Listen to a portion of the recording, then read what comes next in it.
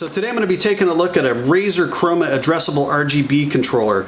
There's nothing too fancy about this. It just gives you 6 headers on there, each of those being a standard 3-pin RGB connection.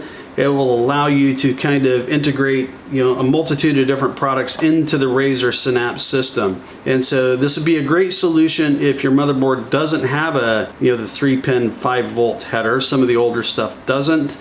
Or if you're invested in the Razer Chroma ecosystem already, this would be a way to get all these other products working with it. So this is going to be powered by a Molex connection. It will have a 9-pin USB header to connect into your motherboard.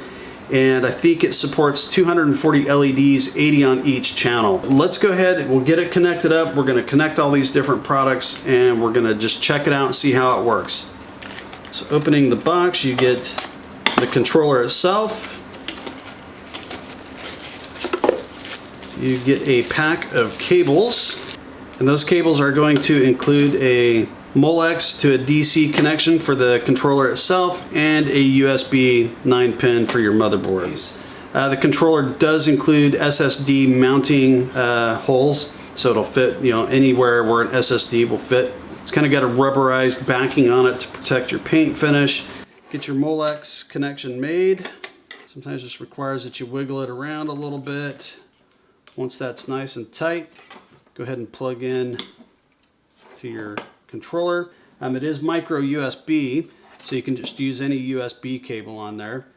Make that connection and then connect that into whatever computer you're going to use to control this. So we'll make that in just a second. Alright, so once you get that made, obviously these ports are numbered 1 through 6, 1, 2, 3, and 4, 5, 6.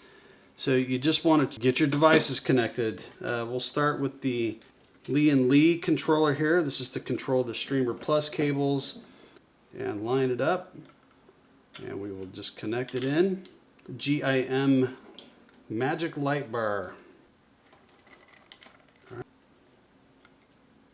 Mess of cables on here, but we'll connect in all of the fans to the controller.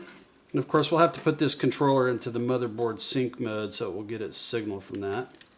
So 1, 2, and 3. Once you get all your connections made, go ahead and power on the device. And then you'll have to plug in your USB cable.